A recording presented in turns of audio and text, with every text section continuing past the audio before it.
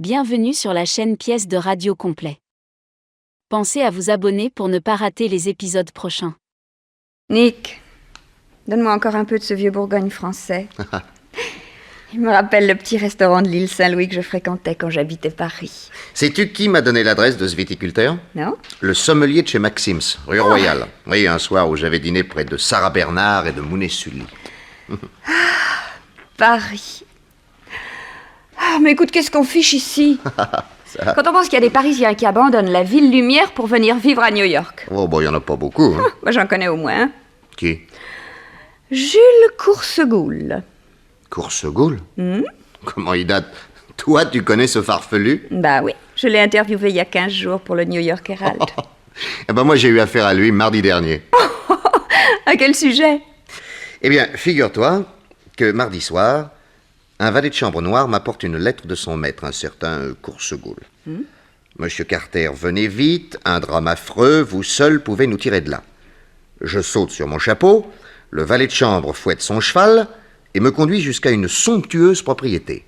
Si monsieur veut bien s'asseoir dans le salon, je vais prévenir ces messieurs. Merci.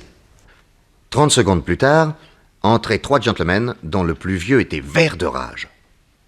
Non, oui, monsieur Carter, qu'on vous dérange pour une comédie bouffe. Oh, vous avez de ces expressions. Taisez-vous, vous êtes un fantoche. Excusez mon beau-père, monsieur Carter. L'émotion crée chez lui des réflexes imprévisibles. Mais dites tout de suite que je suis un fou. Puis-je savoir, messieurs, de quoi il s'agit? Voilà, monsieur Carter. J'ai un fils de 17 ans, Howard. Ouais, un fruit sec de la pire espèce. Vous croyez que c'est le moment d'accuser ce pauvre petit? À 17 ans, monsieur, je faisais des livraisons de 8h du matin à 8h du soir. Vous avez pour lui d'autres ambitions, j'imagine. Ah, naturellement. Un imbécile qui a la chance de pouvoir faire les études dont j'ai été privé. Reconnaissez que je n'ai rien négligé, il a même un précepteur. Oh, cet autre crétin. Monsieur Popham, vous semblez oublier que j'ai été professeur à Cambridge. Et vous, derrière vos dictionnaires, disparaissez. Messieurs, puis-je savoir de quoi il s'agit? Monsieur Archibald Thompson, précepteur de mon fils, vous expliquera mieux que moi ce qui s'est passé. J'ai du mal à penser qu'en 1911, une chose pareille puisse arriver. Parlez, monsieur Thompson, parlez. Les événements, monsieur Carter, se sont déroulés avec la simplicité d'une phrase de Dickens. Dois-je vous dire d'abord que sous des dehors juvénilement agressifs, notre petit Howard possède une nature des plus attachantes. C'est un fantaisiste et un poète.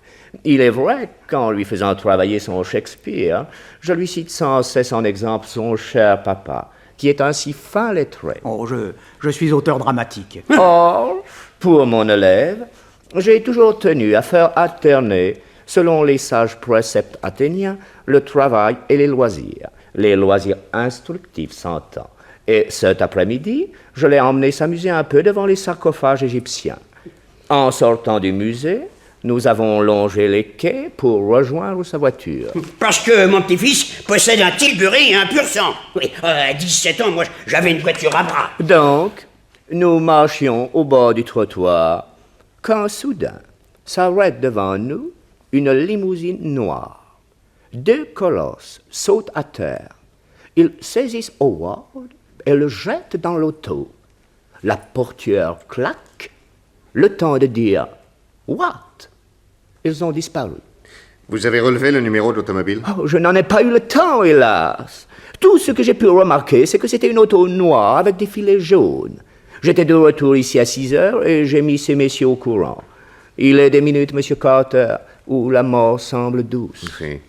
Ce jeune homme a encore sa mère? Ma femme est morte il y a 15 ans. Mais si ma fille vivait encore, n'aurions jamais eu une histoire pareille. Je me demande ce qu'elle aurait pu empêcher. Depuis, les bandits se sont-ils manifestés? Oui. Tout à l'heure, à 6h30, notre portier qui occupe le pavillon à l'entrée du parc nous a apporté cette lettre, écrite par mon fils lui-même. Pardon, merci. Vieux papa, je crois vivre du Walter Scott. Je suis prisonnier, mais bien traité, pour le moment du moins, par des gars très chouettes. Quel langage! Nous sommes mardi, si vous voulez me revoir, il faudra que vous versiez avant jeudi une rançon de $100 000. 100 000 $, et les dons. Je vous indiquerai en temps utile où déposer l'oseille. Ma pogne dans les vôtres, signé Howard. À son style, vous avez jugé le petit voyou. Post-scriptum, surtout ne prévenez pas les flics. À la suite de quoi, j'ai exigé que mon gendre vous envoie un SOS. Oui, naturellement, vous refusez de payer la rançon. Mais naturellement. Eh bien, moi, le PR, je la verserai tout de suite. Malheureusement, je n'en ai pas les moyens. Parce que, il faut vous dire, M. Carter, que mon gendre est non seulement auteur dramatique, mais il a encore la prétention de faire jouer ses pièces. En payant, naturellement. Oui, en ce moment, nous sommes sur Les Amours de Casanova. 6 actes, 24 décors et 200 costumes. Mais tout cela n'intéresse pas, Monsieur Carter. Je ne vous demande qu'une chose. Faites-moi l'avance de la rançon. Pas question. Moi, je connais la valeur de l'argent. Oh, pour ça? Je suis ravi que de tels lascars aient en main ce petit idiot. Eux, du moins, ils sauront le dresser. Oui, et s'il le tue? Oh. Voulez-vous le fond de ma pensée? Howard s'est kidnappé lui-même pour nous soutirer de l'argent. Ah, ça, vous perdez la tête. Puisque je ne peux pas compter sur vous, j'emprunterai n'importe où. Je mettrai sur la paille s'il le faut, mais je sauverai mon enfant. Vous avez une pierre à la place du cœur. On ne dirait pas qu'il s'agit de votre petit-fils. Oh, mon petit-fils, cette jeune fripouille qui, pas plus tard que la semaine dernière, a imité ma signature pour tirer sur ma banque un chèque de $10 000. Ce schnappon qui a des fréquentations lamentables, mais que son papa trouve pittoresque. De je ne vaux rien que j'ai sorti d'ici l'autre soir à grands coups de pied dans les fesses. En attendant, monsieur, Howard est entre les mains des bandits. S'ils n'ont pas l'argent, ils sont capables de le tuer. Mais bien sûr que non, puisque Nick Carter est ici. Cette confiance m'honore, monsieur Popham. Et pouvons-nous avoir un entretien seul à seul? Et tout de suite, si vous voulez.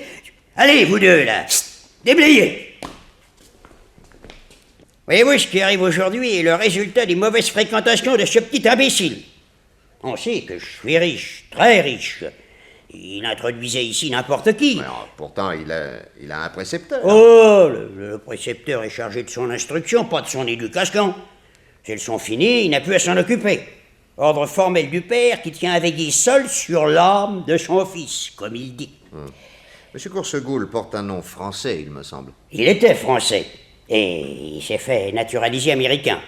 Oui, journaliste à Paris, il a été nommé un jour correspondant à New York du Petit Parisien, et il a débarqué un beau matin avec sa machine à écrire et 2 valises qui tenaient par des ficelles. Beau garçon, il a plu à ma fille. Elle a voulu absolument l'épouser. Ouais, j'ai jamais su refuser quelque chose à cette pauvre enfant. Malheureusement, elle est morte quand son petit avait 2 ans. Je dois dire que mon gendre adore son fils. Je comprends qu'à la mort de sa femme, il ait senti le besoin de lui apporter une tendresse quasi maternelle. Mais de là à le pourrir, à le laisser aller avec n'importe qui... Monsieur Coursegoule a-t-il des ennemis? Jules? Oh, pensez-vous, il est bien trop bon, bien trop poire. Oui. Et vous-même? Mais moi, je n'ai rien à faire dans cette histoire. Qu'en savez-vous? Si un individu vous en veut pour une raison quelconque, il peut avoir l'idée de vous prendre votre petit-fils pour vous faire du mal. Oh. Parce qu'au fond, tout au fond, vous aussi, vous l'adorez. Bah, pensez, l'enfant de ma pauvre fille. Ben oui. Alors, réfléchissez bien. Des ennemis. Remarquez que dans les affaires, on en a toujours. Et c'est moi qui ai inventé le chewing-gum, M. Carter, oui. Et je peux dire, avec orgueil, que mon chewing-gum couvre aujourd'hui les 3/4 du globe. Ah, il y a des jaloux, je le sais. Mais de là à ce qu'on me fasse un coup pareil... Cherchez bien. Vous ne voyez personne capable d'une telle action? Ah si, mais attendez. Depuis une quinzaine, le téléphone sonne la nuit. Je me lève, je décroche, et c'est pour entendre une bordée d'injures. Et vous soupçonnez quelqu'un? Oui. Un cocher de camion, j'ai flanqué à la porte il y a 1 mois. Je l'avais rencontré un dimanche à la plage de Long Island, et il avait pris un de mes camions de livraison pour balader ses amis. Le lendemain, je lui ai fait régler son compte. Il m'a traité de tous les noms, craignant que j'allais avoir de ses nouvelles. Et le lendemain, on n'a pas pu faire une seule livraison. Tous les chevaux de l'écurie avaient la colique. Oui, ce monsieur s'appelle? Ricardo Motti. Son adresse? Ah, attendez, je l'ai sur moi. Voilà. 4e rue, numéro 8. 4e rue, numéro 8. Mais la 4e rue, c'est près de Greenwich Village? Oui. Ah oui, c'est la rue où il y a les marchands d'oiseaux. Oui. J'irai faire un tour par là. C'est tout ce que vous voyez me dire? Ah, mon Dieu, oui. Interrogez mon gendre. Il aura peut-être une autre indication à vous donner. Jumbo! Monsieur, Où est monsieur Coursegoule? dans la chambre de monsieur Howard. Bon, prie-le de descendre. Si vous le permettez, j'aimerais monter voir la chambre de votre petit-fils. Eh, comme vous voudrez. Jumbo va vous montrer le chemin. Merci beaucoup. Je peux vous parler, monsieur Coursegoule? Mais je vous en prie, monsieur Carter. Jumbo, ferme cette fenêtre, le temps s'est mis au froid. Quand je pense que ce pauvre gosse a juste sur le corps une chemise et un costume d'alpaga, et manger, qu'est-ce qu'ils vont lui donner à manger, lui qui me faisait déjà de l'entérite? C'est ici la chambre de votre fils. Oui, vous voyez, à côté de la mienne. Nous sommes tellement camarades tous les deux. Il est artiste et sensible comme moi. Mais mon beau-père est incapable de nous comprendre. Oui. Et au sujet de ce rapt, soupçonnez-vous quelqu'un? Je passe mon temps à y réfléchir. Peut-être maintenant pourrais-je prononcer un mot, mais c'est délicat. Une accusation aussi grave... Monsieur Coursegoule, il faut tout me dire. Songez que la vie de votre fils est en danger. Si vous croyez que je l'oublie. Enfin voilà. Jusqu'à il y a 6 semaines, j'ai eu une maîtresse. Une danseuse acrobatique. Depuis combien de temps? 10 ans. Elle voulait que je l'épouse, et je n'étais pas contre, mais quand j'en ai parlé à mon fils, il m'a fait une scène atroce. Oui. J'ai donc dit à Betty qu'il fallait y renoncer. Alors elle a rompu avec moi tout de suite, comme on casse un fil avec les dents. Elle m'a dit, toi et ton fils, je vous ferai souffrir l'un par l'autre. Vous la croyez capable d'avoir kidnappé votre fils? Tout au moins d'avoir inspiré ce rapt. Non seulement pour nous faire souffrir, mais aussi pour m'arracher 100 000 $. Oui, histoire de s'offrir un joli cadeau de rupture. Oui. Bon, son nom, son adresse?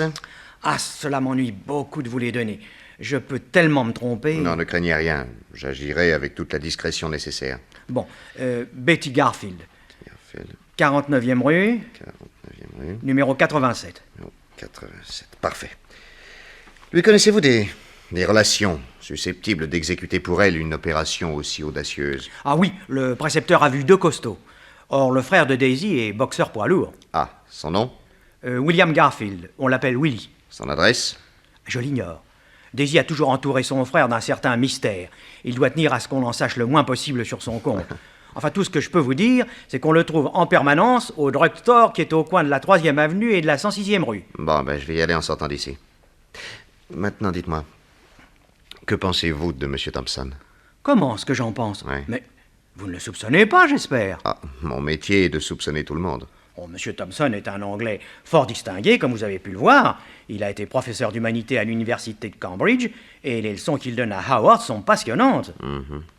Mais pourquoi a-t-il quitté l'Angleterre? Pour venir étudier sur place la psychologie américaine et rédiger un certain nombre d'ouvrages philosophiques sur la question.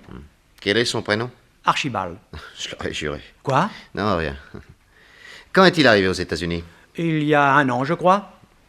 Où couche-t-il? Dans cette maison, Oui, mais où exactement? juste au-dessus de la chambre de mon fils. Bon, j'y vais. Ah, pendant que je serai là-haut, ayez l'amabilité de faire en sorte qu'il ne monte pas. Retenez-le sous un prétexte quelconque. Entendu? Tu soupçonnais le précepteur? Dans une enquête, mon chéri, il ne faut négliger personne. Et tu as trouvé quelque chose d'intéressant dans sa chambre? Non, rien, sinon ses diplômes universitaires qu'il a certainement été obligé de produire pour être engagé. Puis je suis rentré chez moi et là, j'ai consulté mon fichier et des extraits de journaux. Et j'y ai exactement trouvé ce que je cherchais. Quoi donc? Tu le sauras tout à l'heure. Là-dessus, je filai chez la danseuse acrobatique, l'ex-maîtresse de Coursegoule, mais le gardien de l'immeuble me dit qu'elle était partie dans la journée pour la campagne. Ah bah pas de chance. Tout de suite après, je fais un saut au drugstore pour essayer de voir le frère, et on me répond qu'il est parti dans la journée pour la campagne. Ah, le frère et la sœur ont disparu en même temps? Le jour du kidnapping du jeune Howard? Ah bah, c'est une curieuse coïncidence. Oui, c'est ce que je me suis dit. Mais tu as réussi à savoir où ils étaient partis?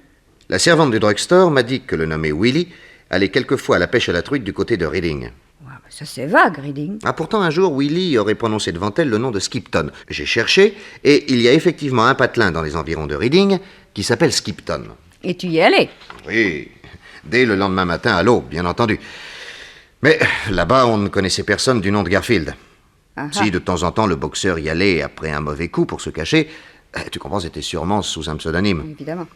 Alors je suis revenu bredouille et en attendant mieux, je me suis rendu à l'adresse du nommé Riccardo Motti. Ricardo. Ah! Le cocher qui insultait par téléphone le roi du chewing-gum? Oui, c'est ça. Je me trouvais devant une maison à un seul étage. Au rez-de-chaussée, il y avait une marchande d'oiseaux. Monsieur Ramsel? Bonjour monsieur. Ah si, vous vendez des oiseaux. Ah oui, ça s'entend, n'est-ce pas monsieur? Ouais. C'est un joli métier, ça. Ah oui, Même si je voulais être triste, je ne pourrais pas. Eh ben alors, restez ici toute votre vie. Ah non, impossible, je vais me marier. Non. Si? Oh, attention, hein, il y a des maris qui sont drôles d'oiseaux, méfiez-vous. Oh, ne vous inquiétez pas pour moi. Oh, bah, je m'inquiète parce que vous êtes charmante, quoi. Merci beaucoup. Et maintenant, si vous vouliez bien me dire quel genre de petite bête vous intéresse. Oui, un certain Ricardo Motti. Il n'est pas là. Bah, il va revenir, hein. Oh non, il n'habite plus New York. Ah, où qu'il est? Bah, qu'est-ce que vous lui voulez? Bah, je suis Bob. Bob. J'étais son meilleur copain quand on travaillait chez Popham. Vous aussi, vous étiez à l'usine de chewing-gum? Ah oui, mais moi j'y suis toujours, hein. Oh, sacré Ricardo, ce qu'on a pu rigoler ensemble. Et alors, comme ça, d'où qu'il est? À New Haven. New Haven, ça a une cinquantaine de kilomètres d'ici, ça. Oui, 53. Bah, des dents. Est-ce que par hasard, ce serait pas lui, votre fiancé? Oui, c'est lui. Oh, sacré Ricardo, bah, il en a une veine, lui, alors. Vous savez, ma mère lui louait une chambre au premier. C'est comme ça qu'on s'est connus. Ouais. Mais qu'est-ce qu'il fabrique là-bas? Eh ben, il travaille. Il est au garage Blackmore. Ah, mécanique, ça a toujours passionné, ça. Ah, bah, c'est l'avenir, hein. Ah oui, vous avez raison. Oh, il est venu nous voir hier à 2h avec une limousine formidable. Tiens. Il avait un copain avec lui. Vous auriez dit 2 armoires à glace qui entraient dans la boutique. Il a dit à maman, bientôt vous me donnerez votre fille parce que vous savez, le garage que je veux acheter à Long Island, eh bien, il sera bientôt à moi. Quoi, il aura l'argent pour l'acheter? Oh, pour ça, on peut lui faire confiance, c'est un malin. Et puis son garage, qu'est-ce qu'il ne ferait pas pour l'avoir? Ouais, ça... Bon, ah bah, je vais y téléphoner pour lui dire bonjour. Ah oui, c'est une bonne idée. C'est le 14 à New Haven. Le 14, bon. Et puis, j'y dirais qu'il y a une fiancée beaucoup trop jolie pour lui, hein. Oh, parce que vous êtes taquin, vous. Allez, au revoir, monsieur Bob. Au revoir, mademoiselle.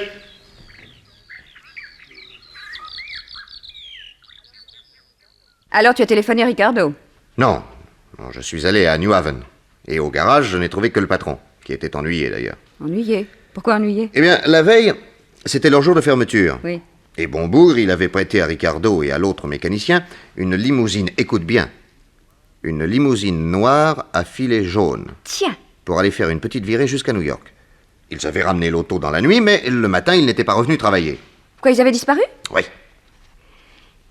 Tu t'es renseigné sur leur physique? Bah, oui, tu penses. 2 costauds. En revenant de New Haven, je suis allé chez M. Popham. Et là, j'ai eu un entretien privé avec le précepteur, Archibald Thompson. Dites-moi, M. Thompson, pourquoi avez-vous quitté l'Angleterre? Pour étudier la psychologie américaine. Et vous êtes venu sur le nouveau continent comme ça, de votre plein gré? Ça vous étonne? Vous avez choisi les États-Unis parce qu'en Angleterre, vous êtes interdit de séjour. Qu'est-ce que c'est que cette histoire? Une triste histoire, M. Thompson. Quoique professeur de philosophie à Cambridge, vous avez commis des vols et des escroqueries. C'est faux! Vous avez fait 3 ans de prison. Après quoi, des policiers vous ont conduit jusqu'au bateau. Oui, vous vous demandez comment je sais tout ça. Oh, c'est très simple. Mes collaborateurs lisent tous les jours les quotidiens étrangers, surtout les faits divers. Oui, à l'époque, les agissements de ce professeur de Cambridge avaient retenu mon attention. Et votre prénom, Archibald, m'avait aussi frappé. J'ai commis des erreurs pour l'amour d'une femme qui me coûtait très cher. J'ai payé ma dette à la société. Vous n'avez pas le droit de réveiller le passé. Mais oui, mais l'ennui, c'est que je vous retrouve ici dans une affaire de rapt. Je n'y suis pour rien. Bah, c'est tout de même vous qui étiez avec le petit au moment où il a été enlevé. Si c'était moi le chef de bande, je me serais arrangé pour que l'opération se fasse en dehors de ma présence. Vous ne croyez pas? Et l'œil du maître? Vous ne m'accuseriez pas d'un acte aussi abominable si vous saviez le souci que je me fais.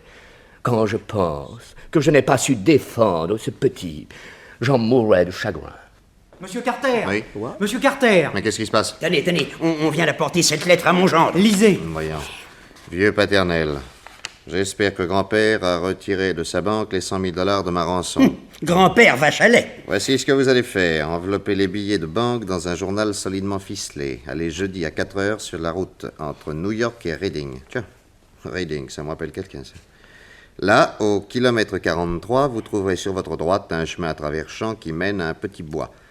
Au milieu de ce chemin, il y a une grosse pierre plate Vous y déposerez le paxon. Le paxon. Quel langage. Un chien sortira du petit bois, il viendra prendre le paxon dans sa gueule et il repartira vers le petit bois. Du Nat Pinkerton. Mais minute, si vous voulez jouer au plus malin et alerter les flics, les gars m'enverront 2 balles dans la tronche. Alors grand-père, fais gaffe, me laisse pas tomber, à jeudi soir. Un vrai bandit n'oserait pas écrire comme ça. Alors, père, Quoi? cette rançon. Oh, pas $1. Mais enfin, il faut sauver votre petit-fils, vous en avez les moyens, et vous reculeriez. Mais ce serait monstrueux. Votre avis, monsieur Carter? Comment voulez-vous que je vous engage à verser une rançon à des bandits? Mais écoutez, monsieur... Pour moi, monsieur, il ne peut être question d'encourager le crime. Mais c'est pourtant ce que vous faites en conseillant à mon beau-père de ne pas capituler. C'est vrai, monsieur Carter. Pour une fois, mon gendre a raison. Ne payez pas, autrement dit, laissez assassiner votre petit-fils. Évidemment, vous, Carter, ça ne vous fait ni chaud ni froid. Oui, quand mon fils sera mort, ça ne vous empêchera pas de dormir. Non, mais dites donc ça, je vous interdis Et de vous me- ne m'interdirez rien du tout. Si ça me fait plaisir de payer la rançon, je la paierai. Oh, mais alors parfait, je me demande pourquoi vous m'avez appelé au secours. Après tout, payer, ça vous regarde. Au revoir, messieurs. Oh bah dis donc, le vieux papa n'avait aucune suite dans les idées. Ah, ça, aucune. Et il a payé? Bah oui. Il est allé avec son gendre déposer sur la pierre plate en question les 100 000 $ ficelés dans un journal. Après quoi, ils ont guetté derrière un arbre de la route. Eh ben, ce chien, ce fameux chien si bien dressé qui devait emporter le paquet dans sa gueule, je vois rien du tout. Mais si, tenez, regardez, cet épagnol qui sort du petit bois. Ah oui. Oh, il arrive au paquet, tenez, il le flaire. Oui. Mais ça y est, il le prend dans sa gueule. Et il repart vers le bois. Top. Oh. Qu'est-ce qui a tiré ce coup de feu? Oh, regardez, Nick Carter qui descend d'un arbre. Il était là. Monsieur Carter. Monsieur Carter. J'ai vu un homme qui se cachait dans le bois, j'ai tiré. Il est tombé dans un taillis, tenez, là-bas, ça bouge. Ouais, allons-y.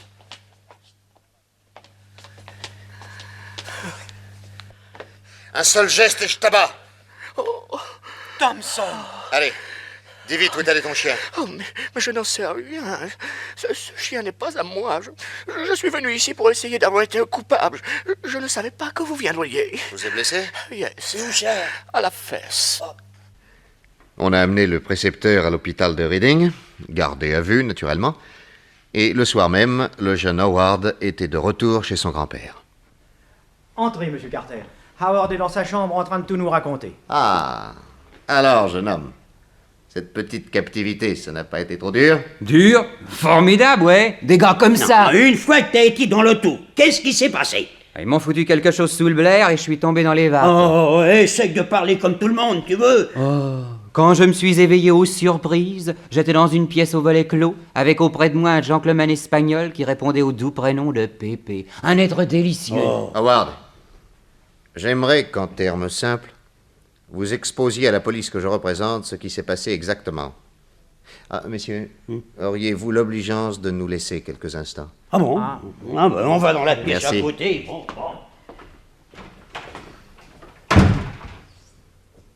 J'ai l'impression, mon petit bonhomme, que dans votre courte vie, vous n'avez pas reçu assez de paires de claques.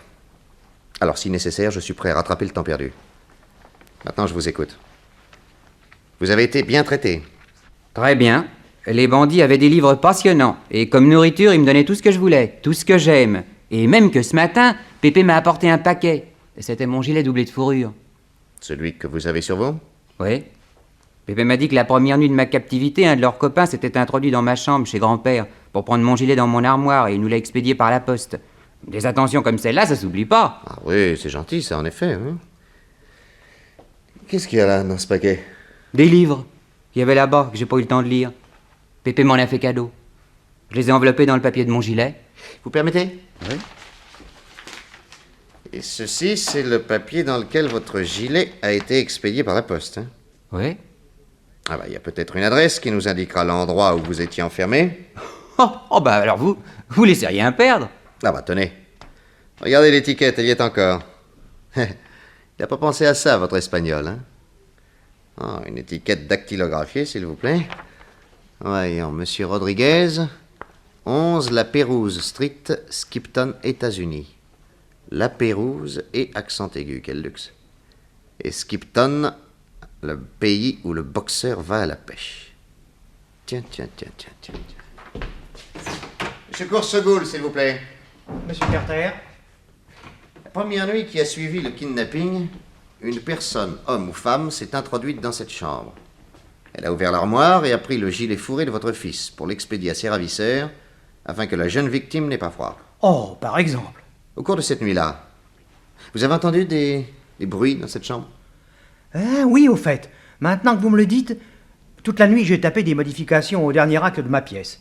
Et effectivement, vers 4 heures du matin, j'ai entendu dans la chambre de mon fils un bruit léger et bizarre. Je suis venu voir, rien. La porte était toujours fermée à clé. Alors j'ai cru que je m'étais trompé. Oui, bien sûr. La fenêtre était-elle ouverte? Ah oui, elle était ouverte. Vous permettez? Ah ben, je ne vois rien sur le rebord de la fenêtre. Aucune trace. Oh, vous savez, avec des chaussons... Oui, des chaussons de danse, par exemple. Alors, À quoi alors? C'est tout, moi j'étais fixé. Je savais qui était la personne coupable du rapt. ah bon? Et toi? Bah, à ton avis, qui était-ce? Bah, attends, faut que je réfléchisse un moment. mais- Cruelle énigme. Et évidemment, ça pouvait être le précepteur escroc. Ouais. Un type capable, d'après ses antécédents, de faire kidnapper son élève pour réaliser d'un coup une belle fortune. Oui, évidemment. Il y a aussi Ricardo, oui, qui a envie d'un garage. Ah oui. Il y a aussi la danseuse acrobatique. Mhm. Celle qui a dit à Coursegoule, son ex-amant, « Toi et ton fils, je vous ferai souffrir l'un par l'autre. Alors selon toi, qui est le ou la coupable du rapt? Le précepteur, l'ancienne maîtresse ou le futur garagiste? » Aucun des trois. Aucun de... Ah bah alors qui? Le papa, Quel papa? le père du jeune homme. Tiens. Et sur quoi t'appuies-tu pour formuler une accusation aussi grave? Et bien sûr les mêmes éléments que toi, mon chéri. Parce que je suis sûre que le Jules Coursegoule, tu l'as démasqué en un joli coup de théâtre. Ah oui, ça... Ah, puis en plus, si t'avais vu la tête du beau-père... Ah ça, en voyant que son gendre, d'ailleurs probablement d'accord avec son petit-fils, avait monté la comédie pour lui faire cracher 100 000 $, pour payer les amours de Casanova, Oui. ça, il a dû faire une drôle de tête. Eh oui, Coursegoule avait emprunté une certaine somme à un ami. Mais, une fois tout dépensé, il s'est avéré qu'il fallait 10 fois plus d'argent qu'on ne le croyait au départ. Et pour s'en sortir, Jules Coursegoule ne pouvait plus reculer. Il fallait qu'on monte la pièce. C'était la seule possibilité de récupérer la première mise de fonds. Bah évidemment. Mais qu'est-ce qui t'a fait penser que le kidnappeur, c'était le papa? Eh bien d'abord parce que si les bandits avaient eu peur que le petit attrape froid, ils lui auraient acheté un tricot tout simplement. Bah évidemment. Il n'aurait pas risqué de se faire pincer au cours d'une effraction pour aller voler un gilet. Par contre, le père, lui, il a eu une réaction toute paternelle, je pourrais même dire maternelle d'ailleurs.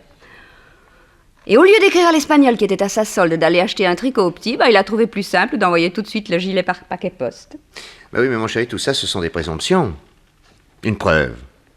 As-tu une bonne preuve? Oui, j'en ai une. L'accent aigu. Le nom de la rue où était caché le petit portait un nom français, celui du grand navigateur La Pérouse. Et je n'oublie pas que Coursegoule avait apporté de Paris sa machine à écrire, une machine française qui possède le accent aigu. Et d'instinct, Coursegoule a frappé sur la touche de le accent aigu pour écrire La Pérouse. Or, il n'y avait que lui pour taper l'adresse de cette façon, puisqu'aucune machine américaine ne possède d'accent. Il n'y a pas d'accent dans la langue anglaise. Bravo, Ida. Tiens, je vais te dire quelque chose. Au lieu d'être journaliste, tu devrais te faire détective. Oh, mais ça, il ne tient qu'à toi, mon chéri, qu'on m'appelle un jour Madame Nick Carter.